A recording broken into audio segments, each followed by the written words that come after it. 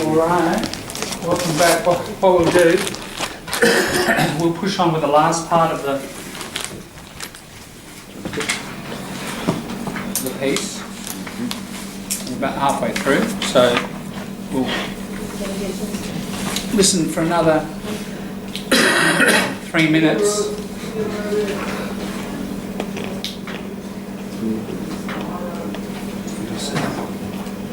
Set up the screen.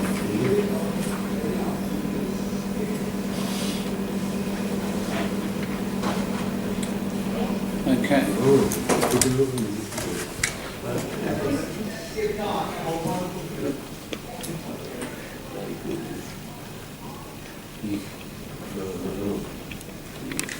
Right, so here we go.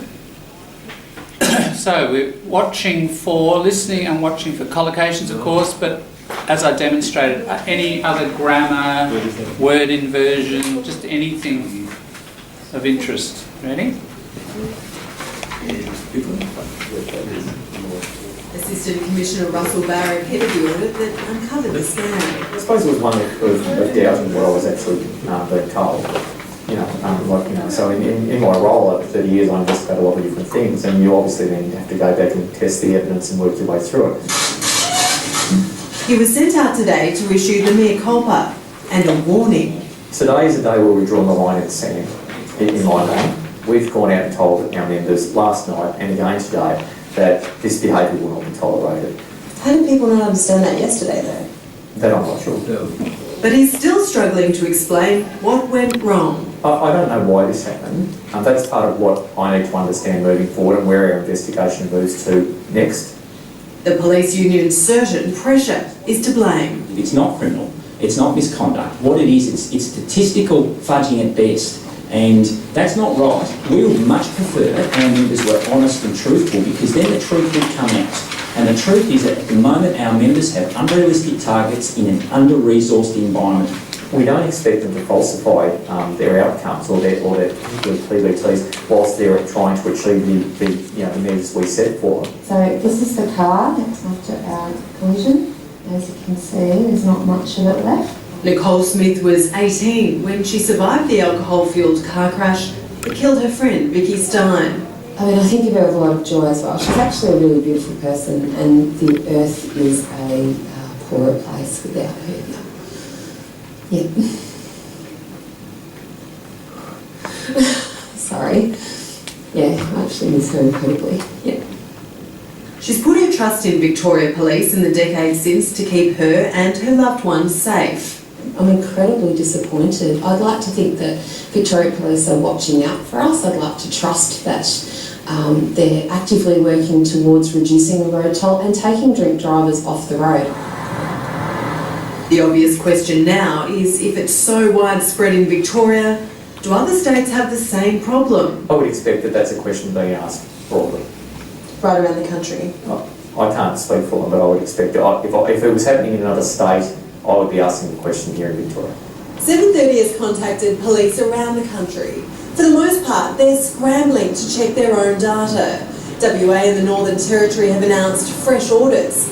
Tasmania says it'll act if it suspects any wrongdoing. And Queensland says it has better technology that prevents this from happening.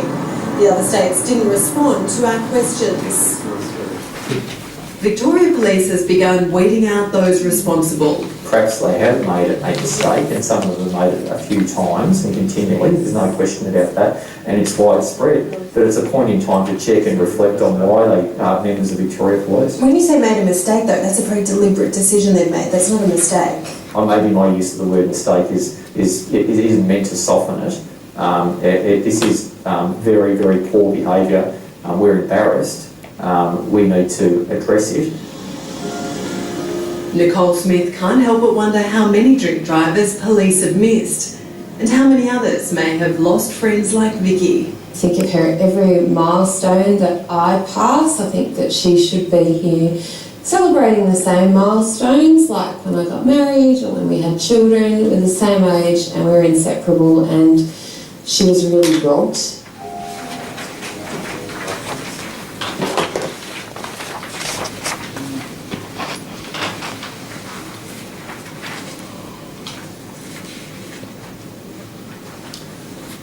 All right. I'm going to hand this over to you for 5 or 10 minutes to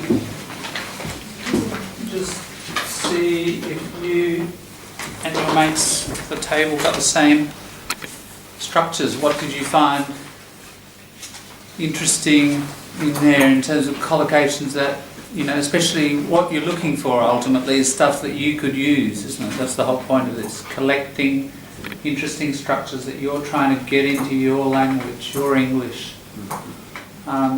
What sort of things did you notice? Word order things or collocations or...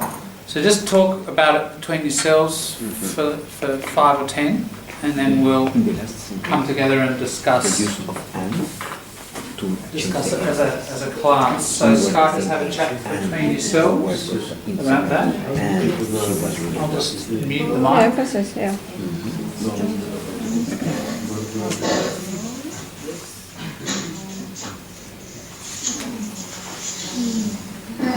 Where did we stop?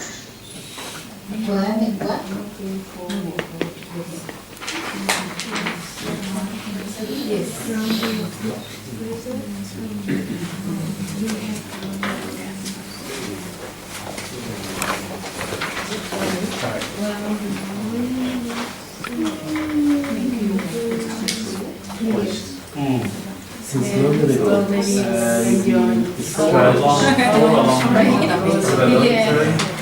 been starting to try to understand in most the ways people use though. I know though it's like an emphasize something that has been said, but to be honest, I cannot get it. Right. Especially here.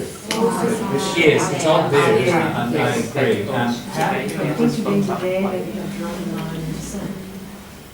It's like, it's sort of, though is like, if you think of all those, remember our grammar, Eric, it's like but, isn't it? So, though is like, or it's like despite. So, though, you know, despite? Yes. Well, in spite of, or if we say despite, we don't use of. Despite the fact it was raining, we went out for a walk. So we can say though it was raining, we went out for a walk. So it's what we call a contrast. Sentence as well. Contrast. The police union is certain pressure is It's to a blame. contrast with connected. So Is certain but, pressure though, although, despite, in spite of, all these opposite ideas. The police union is certain Sure. pressure So is to here, blame. this is a bit like emphasis. It's like imagine really like No, it's generally yeah, like people blame police for what happened, and the police union is certain pressure to blame.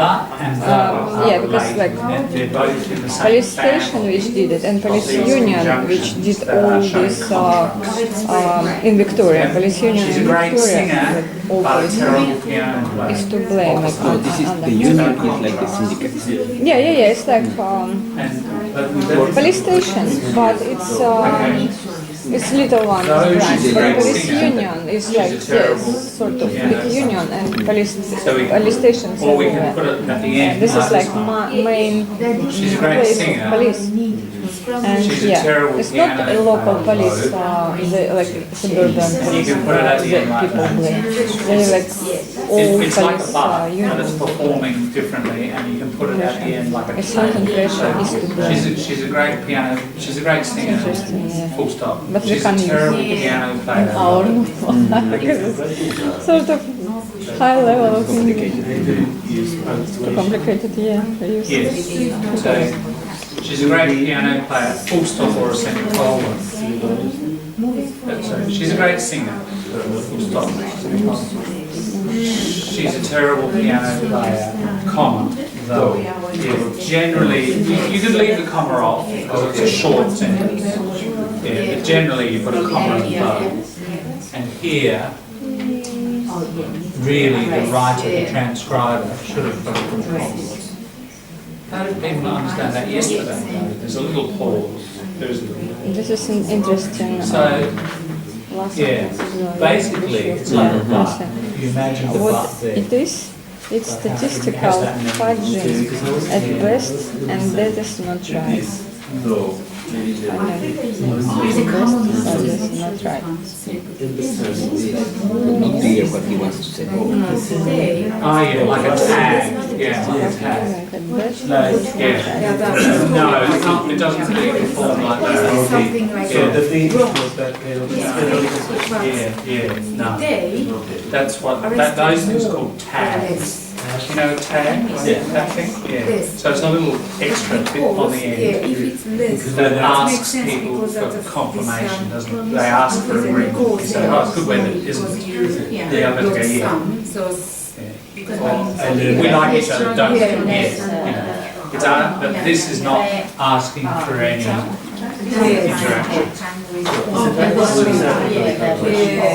Rhetorical question is a bit different.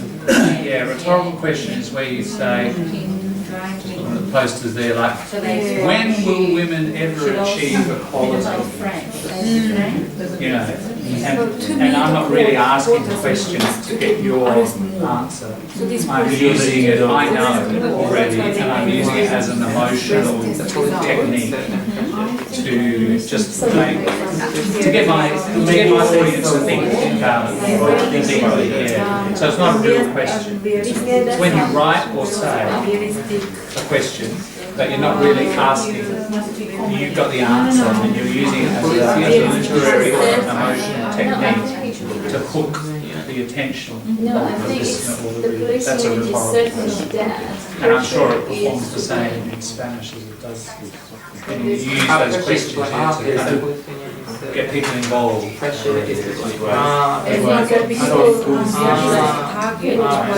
Speakers. No, the thing is the speech. You give a speech, but the person is the speaker. I think there's like a So that they can use what the Secretary of the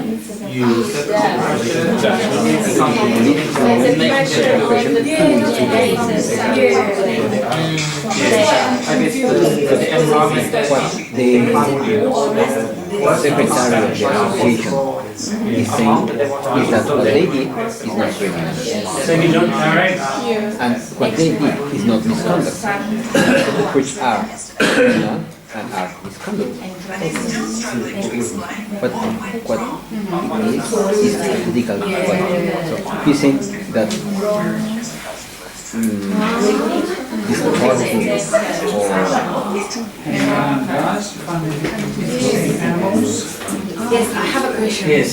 The main point of this Polish and confused is disinterested or more arrested because like what he said is that tweaking statistics is not criminal and are is not not arrested enough, there are more accidents, but having said that, police is making we try to meet orders, that's why they or like I guess it's not criminal, it's more misconduct. I guess this situation.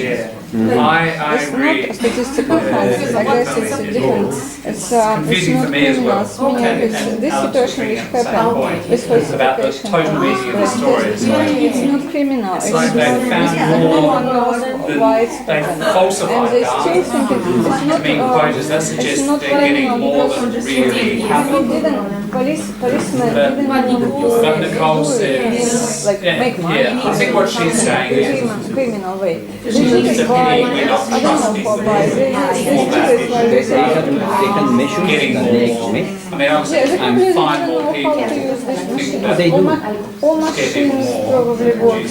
No, what they are But it's saying more is just the lack of they trust. do know how to use machines, but they instead of stopping people, Yeah, I don't think it's a well they were probably they don't even know like it's But why? Yeah, well, that's because right. they have It's not clear goals to exactly the achieve. nature of the. So they need to test 50 people in the because I street they are. didn't pick this up They when like didn't very have happening more like on the than minutes 30. So they and a couple completed weeks 20 ago they were more talking about this but I didn't get That's the only thing I know about it, yeah. They are tweaking. It's like you have to do. All right, what we might do is come together and in 10 or 15 minutes we'll run through this, and that might give us half an hour for you to do a bit of writing again. You know, where if we collect the more interesting structures for you, and right, just like we did with the Tim Winton piece. Okay, so guys, can we tune in there? We'll get going from after T. Siver finished, isn't it? So, halfway through page 3 there.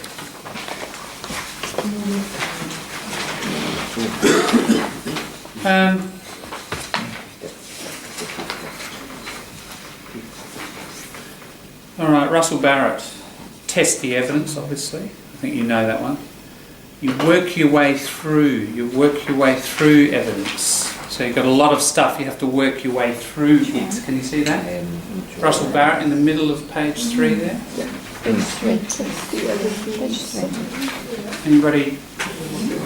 Anybody lost? Yeah. Everybody. Yeah? Alright, so we go page 1, 2, 3. And then we've had T. Siver speaking, the guy who's speaking really fast, and then Ashlyn McGee, the reporter, and then Russell Barrett. Yeah. And the last thing he says there, test the evidence and work your way through it. So you work your way through information, work your way through evidence. You've got 16 reports to read, you work your way through them. Phrasal verb. Russell Barrett, I think I noticed a lot of people capturing this one. We have drawn a line in the sand. Yeah, so that's a metaphor when, you know, something's going wrong, and or say we're in this room and that half of the room's yours and this half is mine, and you start buying more furniture and moving it slow, you're taking over. Well, then I draw a line in the sand. Imagine there's sand there and say, that's the line, don't go across. You know, it's making a limit, isn't it? Can we omit in the sand, or has to be there? Today's we've drawn a line. We've drawn the line. You could, yeah. You could say half the idiom. That's true. But yeah, the whole thing. We draw a line in the sand. It emphasises it more. You're sibling. Yeah, that's right. Okay. Yeah. Just a question in Yeah. that sentence. Today is a day when we have drawn, or where? Well, good point. Today is a day where we have. He should say when, shouldn't he? Yeah.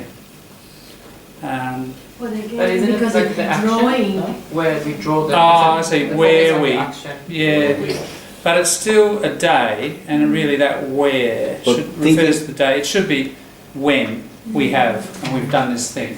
But speakers, you know, make these little slips all the time, and it passes unnoticed, except for the sharpest of observers. Well, the other thing, other way of looking at this is that he's looking as a timeline, and then in a timeline you have a word. And then it's a space. You could think of it like that. Ring him up and tell him, so explain it like that. In my mind, the little structure in my mind at the end, again a little hedge, isn't it? It's like in my opinion. And that's always softening something a little bit, because it's my opinion, not necessarily yours. So those little things can help when you're, especially he's out there dealing with the public, isn't he? He's having to do this tricky job, so he's going to use softening, hedging sort of language. It's going to make him appear more reasonable. So if you want that sort of stuff, that's good. And that actually reminds me, we're talking about softening and politeness and so on. Licia, I asked you earlier, because we've been doing a bit of tutoring together, and I mentioned a book, didn't I? And I asked you to, because you mentioned you had a certain response to a book. Can you just talk to the class about that book, please? Can't hear you. Yeah, I forgot. Yeah. Yeah. All right. Yeah. I can start with. Sorry. Back at the, press the wrong button again. Oh no. Again. No, hang on. That's it.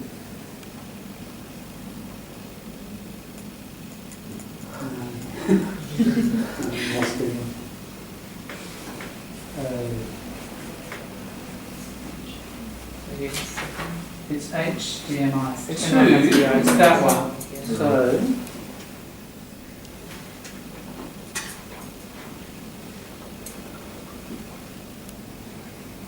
I thought I'd press that same thing and it would go. But what's the It goes to HDMI 3, why is that? Did it very quickly. But why is it every time they Yeah, say, where's the especially okay? Is it easier with this the is remote control? chip. This is main. It works. Sorry, my problem is Why she that- said I know, I still don't know why it's what They are being cautious. They don't want Ah. to point, is this person's fault? Because they don't have the whole proof. They need to see. That's it. They need to see. Okay, Yes, who was holding there we this are. breathalyzer? Mr. Smith. Okay. How many fake measurements has been Yeah. done here? Sorry, Lucia, we lost you for a moment. I was Fake. hit the wrong. These 7. Better get the right one. Fine. We're really close At this together. point, The volume. they don't have names, Right. so they are just. Sorry, Lucia, go for it. We are talking about this book, the language of meetings. And I think the question that comes here right now is, do we always say exactly what we mean? I'm afraid we don't. Of course, we have to consider our native language, culture, background, but especially here in Australia, we need to learn how to communicate in order to make our message more effective. But I have 2 examples. If I ask you, can I speak to Mary, please? Probably you would say, I'm afraid she's out of the country at the moment. If I translate this one in my language, it's something that we never say. We never say something like that. We don't say like this. It's completely unbelievable if someone says, I'm afraid. But here, the most common phrase spoken in English to show that the speaker recognizes that his or her reaction is in some way unhelpful. So this is the way that you say things to demonstrate something. We never say the hotel was dirty. We say the hotel wasn't very clean. In my language, I would say the hotel was dirty, because this is the fact. Sure. But here, no. We say the hotel wasn't very clean. To make it positive. So all these kind of things we can have very well discussed in this book, and we can see the dialogue here. This is what we want to say, and this is the way that we have to say here in Australia. And there are lots of exercise here with answers at the back of the book. So I'm learning a lot to be polite. And be soft. Great, Lucy, thank you. Yeah, that book, it's called The Language of Meetings by Malcolm Goodall, I think, isn't it? G-O-O.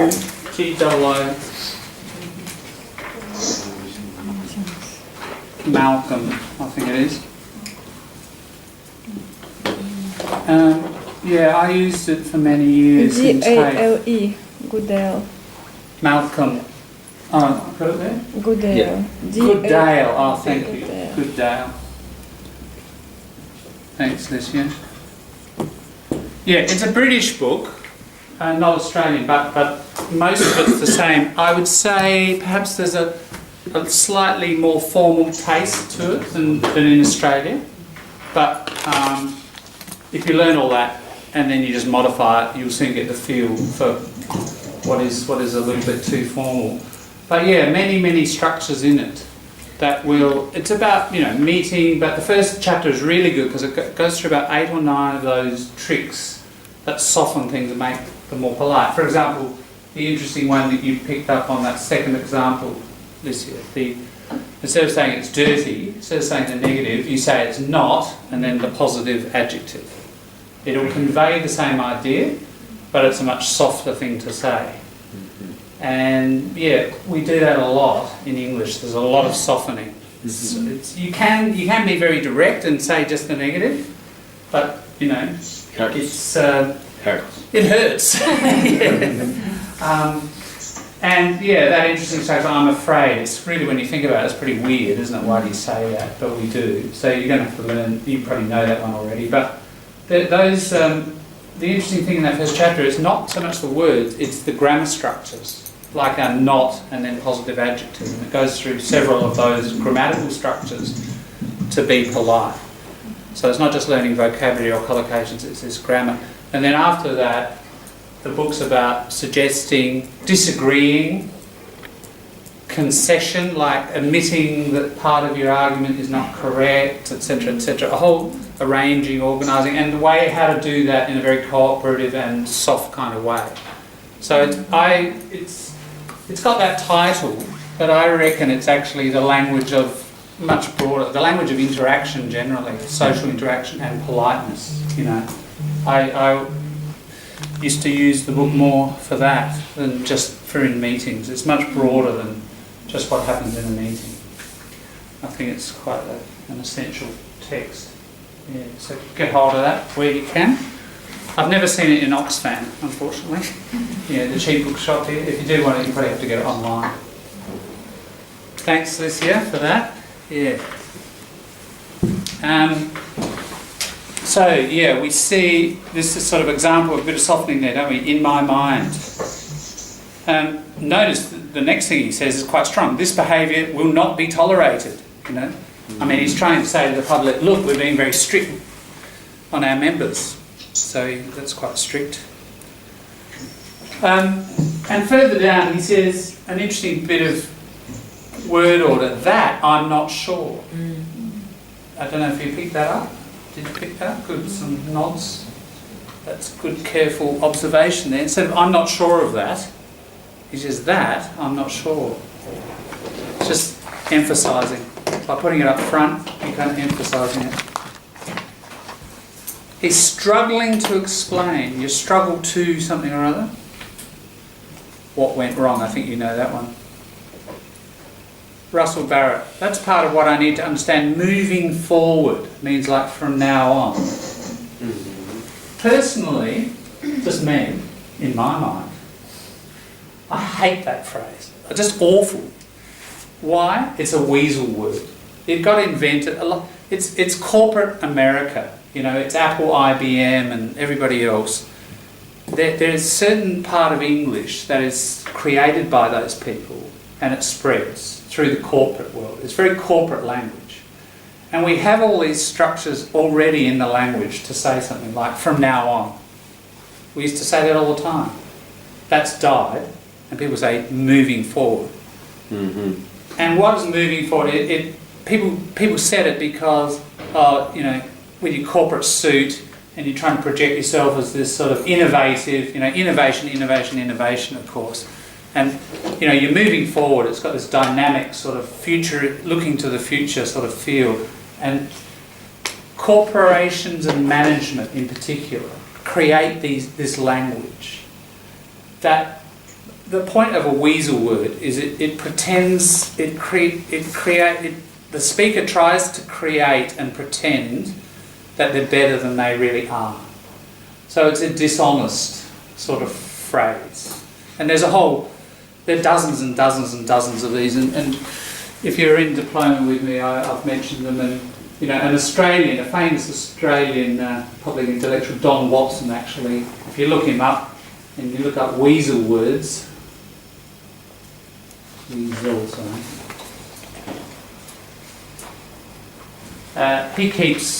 written books on it, and he has a website where people, you know, observe these things and they send them to him, and he puts up the worst ones on his website, which is an active website still. So they're the kind of ugly things in a language. Now, not everybody is necessarily feels it's ugly.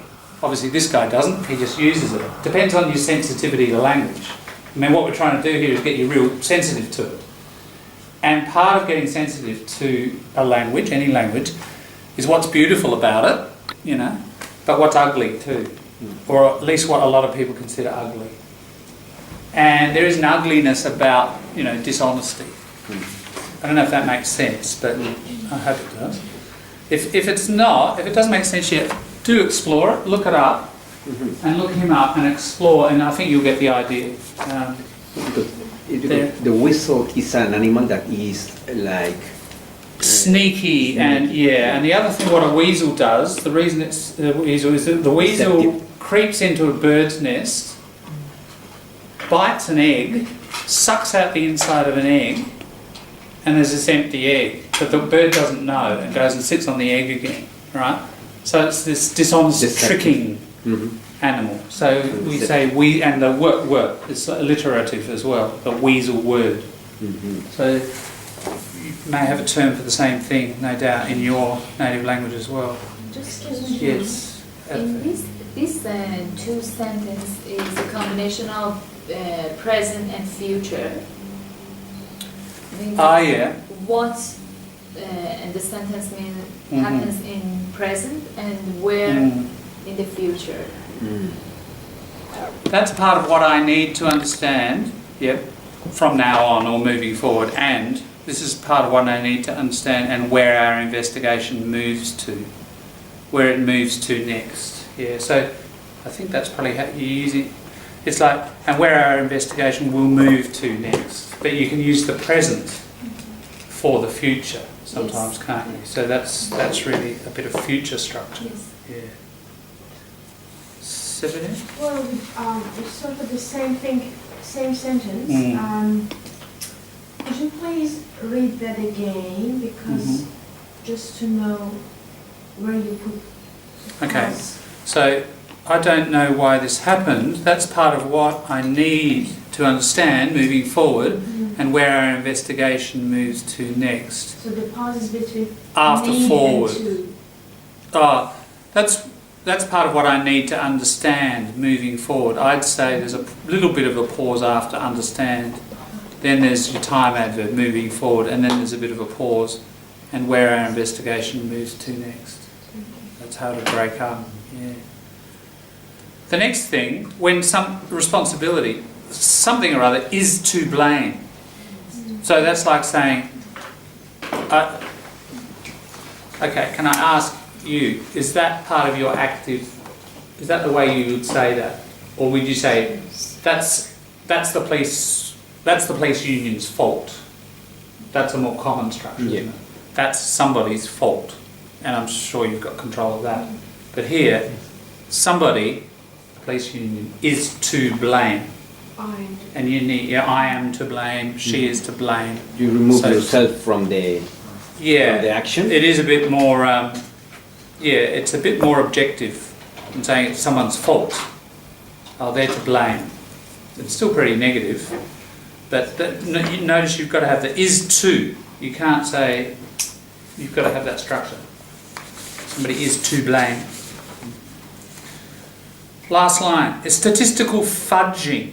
When you fudge something, you manipulate it. You sort of mess it up so people can't see. If you've no fudge, you cook fudge, that chocolate fudge, it's that thick stuff, isn't it? And fudging is sort of like smearing. You know the word smear?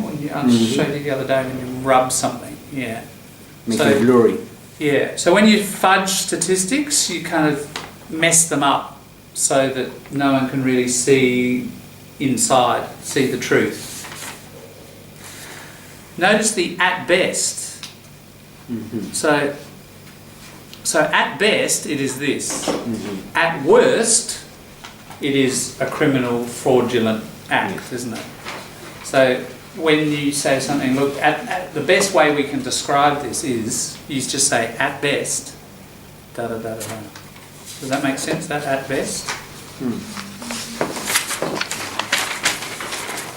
I'll race towards the end, otherwise we won't finish it. Over the page, I'm sure you know how to say we would prefer, but notice the much. We would much prefer. Or we would very much, you can put a very in there. We would very much prefer. I would very much prefer. She would very much prefer. So strong preference expression. The truth comes out. Then the truth would come out. Unrealistic targets.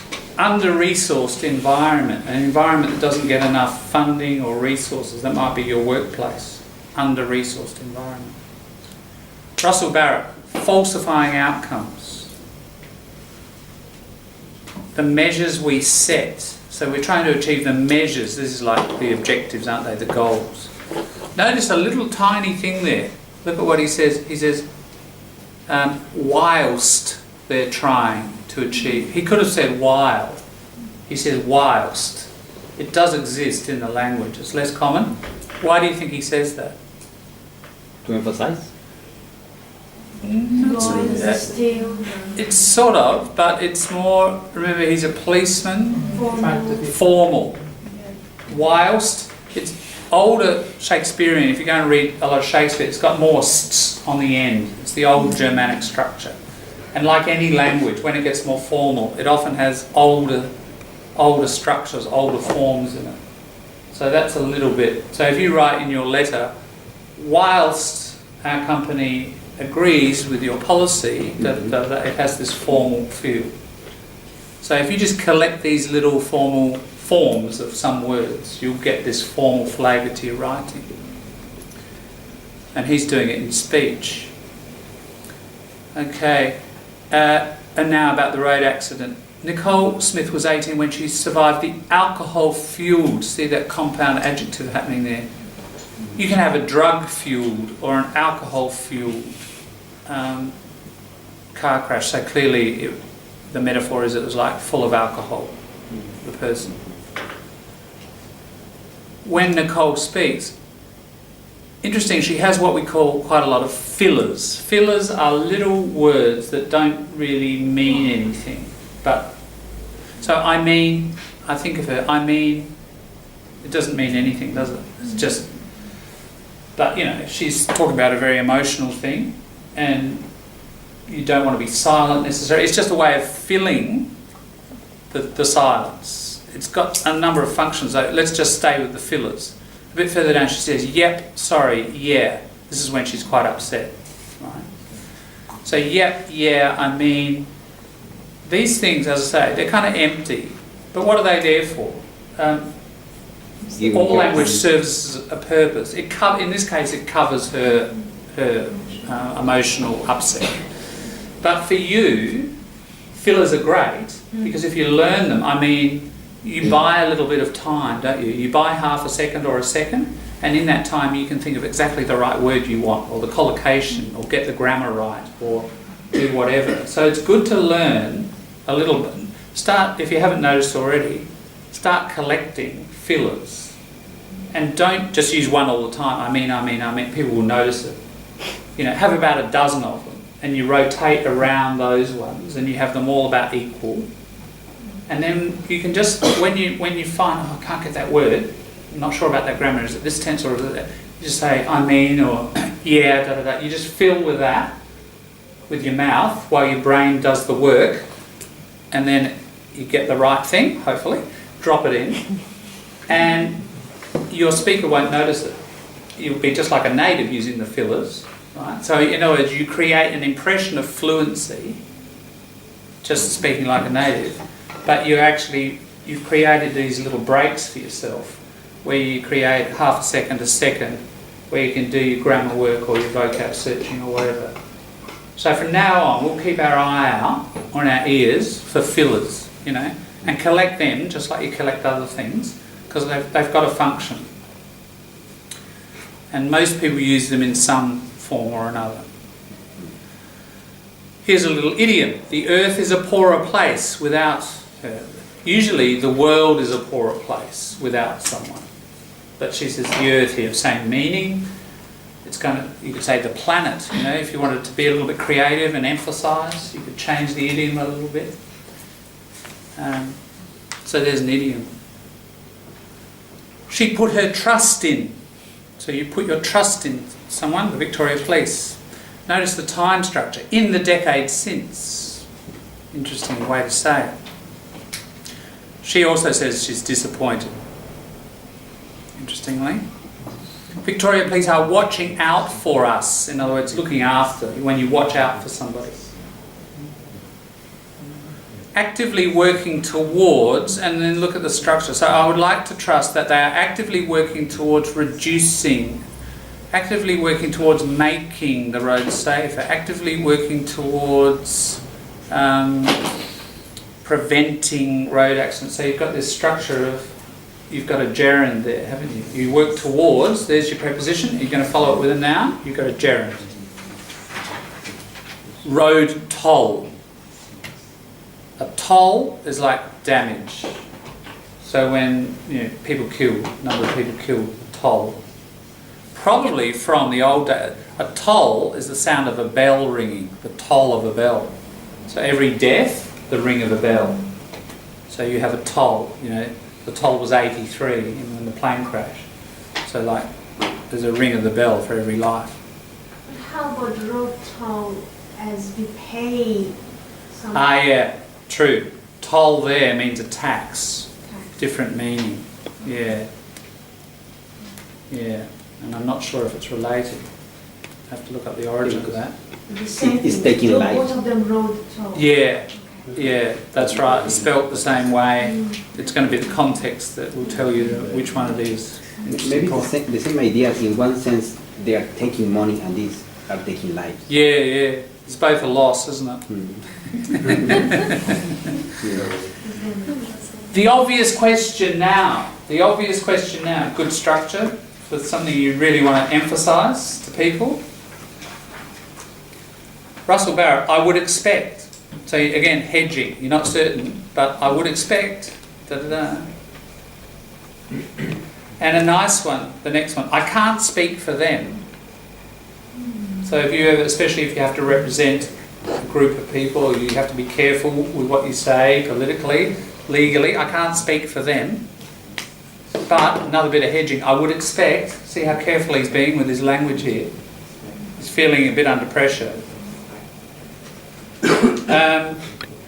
Next line, for the most part, they've contacted the police. So they went around and contacted all the police. For the most part means like most of them. For the most part, they're scrambling to, there's that scrambling again, scrambling to check their data.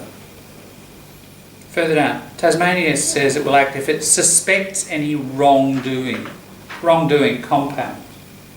You suspect wrongdoing, collocation. Verb, object collocation. Over the page, we see a phrasal verb. Weeding out. And I think it's an obvious metaphor. You've got weeds and you've got vegetables, so you've got good plants and bad, and you pull out the bad things, you pull out the weeds. So Victoria Police has begun weeding out those responsible, so sacking those people who did the wrong thing. We've talked a bit about hedging, and now there's the opposite, which is called a boost, where you emphasise your certainty about something. Have a look, he says, Russell Barrett says, there's no question about that. Right, so there's a boost. And it's just a whole chunk, isn't it? There's no question about that. Just learn it as a whole collocation. But it's a point in time to check and reflect on. Notice the preposition, you reflect on something. Ashleen McGee, that's a very deliberate decision. Poor behaviour, blah, blah, blah. Interesting, Russell Barrett says, we're embarrassed, we need to address it. So that verb, you address it being the problem. You address a problem. In other words, you don't ignore it, you try to deal with it. So not address the noun, as in what is your address, but here as a verb, you address a problem. And I don't know why they're the same. It'd be an interesting thing to look up. Ashleen McGee says an interesting structure here. Nicole Smith can't help but wonder. When you can't help but think, you can't help but question, you can't help but look. It means you can't help yourself, you have to, you try not to, but in other words, you can't avoid this thing. But it's that word order, and it seems like an odd word order perhaps, but you've got can't help but and then a verb.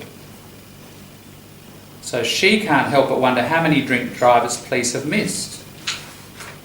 So they're falsifying data, and it seems like they're, catching people who didn't do anything, but at the same time they're also missing people, missing drunk drivers. Last thing, she talks about a milestone.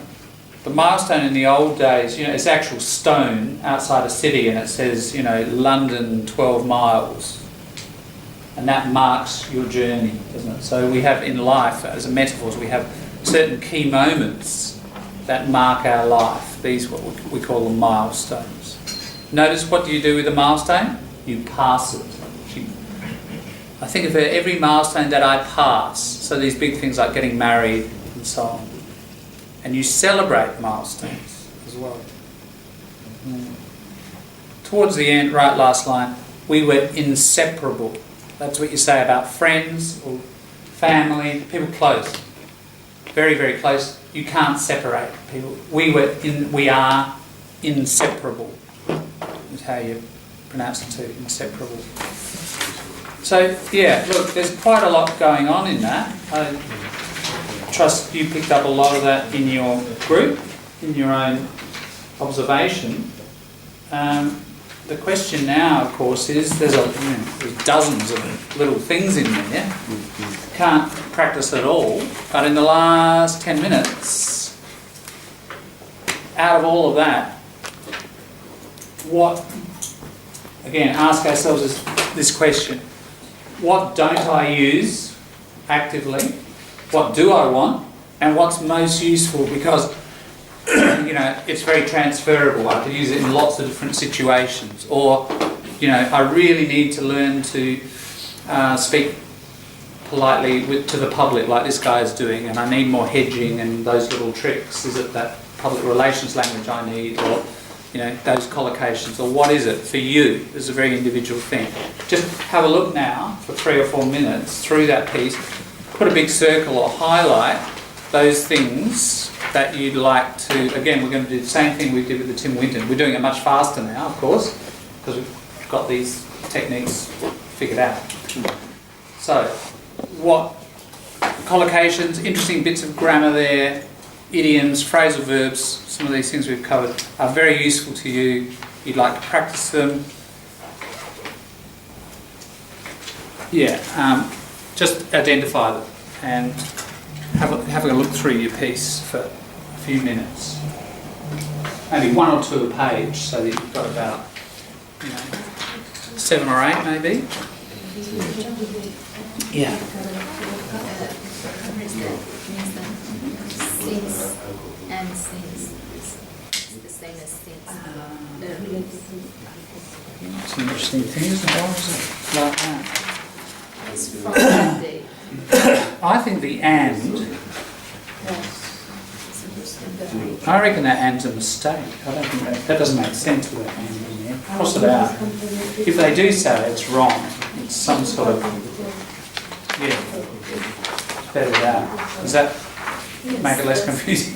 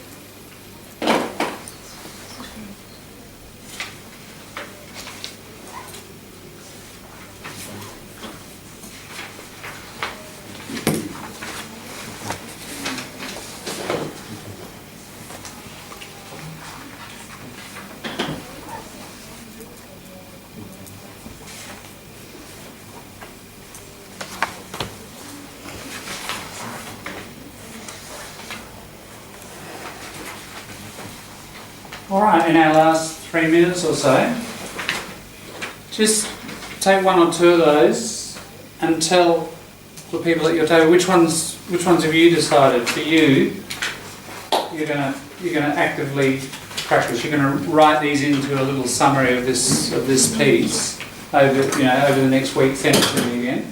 But why did you pick that one? What is it about that collocation or that phrasal verb or that little bit of grammar that's useful or important to you? Just have a little bit of an exchange about that. So what we're going to do is like we did with the Tim Winton. You're going to collect half a dozen phrases or collocations and then you write about that topic and you use those phrases.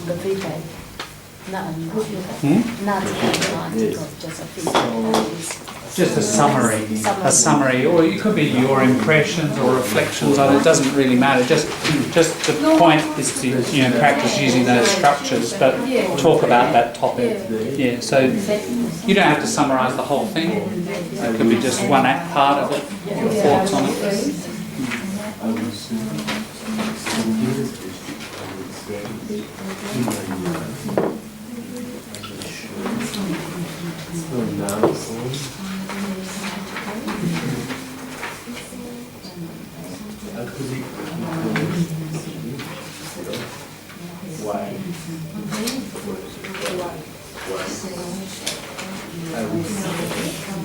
Remember to pick stuff, clearly, that's not in your active vocabulary now. Don't pick stuff that you can already do and you're fairly confident about. You're practicing that stuff that's beyond your learning edge now, isn't it?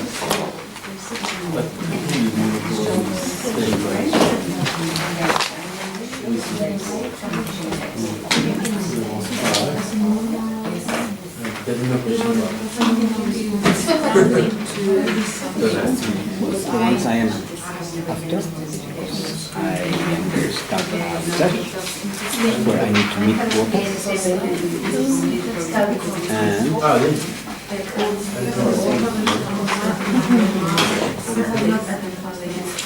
let the way for confirm suspicions.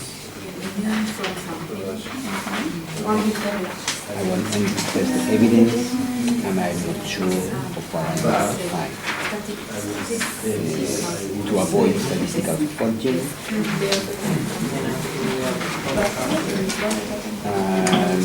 Actively work to be actively working towards achieving results.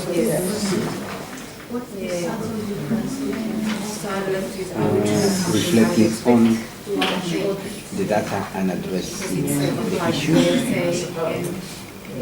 I assume it's probably sounds a bit more formal.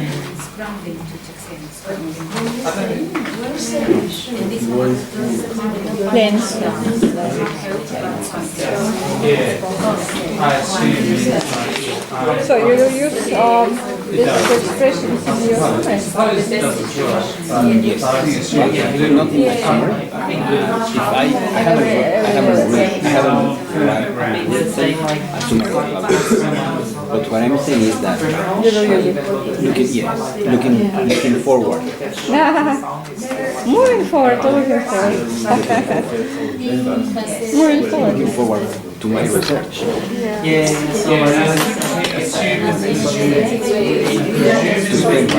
I presume suggests you What do you do? Share research about horticultural therapy. Horticultural therapy. Articulate. You are helping people while they make horticulture. It's like a occupational therapy. It's a well. I think the thing assumes a little bit stronger. Yes, because as I was saying, I need to meet And it's a quotas bit more formal. of people surveys that led my way to confirm my suspicions All right, so while testing the evidence. So you're doing so much.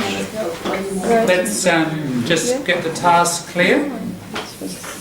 So it's very like the Tim Winton piece. We observed all the interesting language that was going on. You decided, and I hope you have now, out of all those dozens of observations, you can't practice them all. But if you'd like to practice 10 or 20, go for it. But I'm suggesting like half a dozen at a time is probably a good idea. Half a dozen to a dozen. Try writing them into some piece that's about this topic. Now, you can do a summary, or you can do your opinion of this, or just general impressions. It doesn't matter as long as it's on this topic, because clearly, all those words revolve around this topic. You find it easier to write than using all these words than if you write about some other unrelated topic.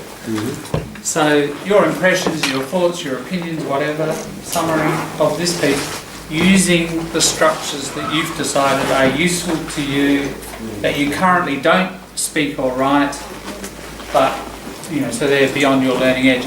And again, do it fairly soon, while it's all still fairly hot, in the next day or two. Send it through to me via Facebook Messenger. Make sure it's a Word document if you can.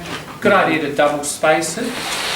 Just give me more room to get in there and edit, and you'll see.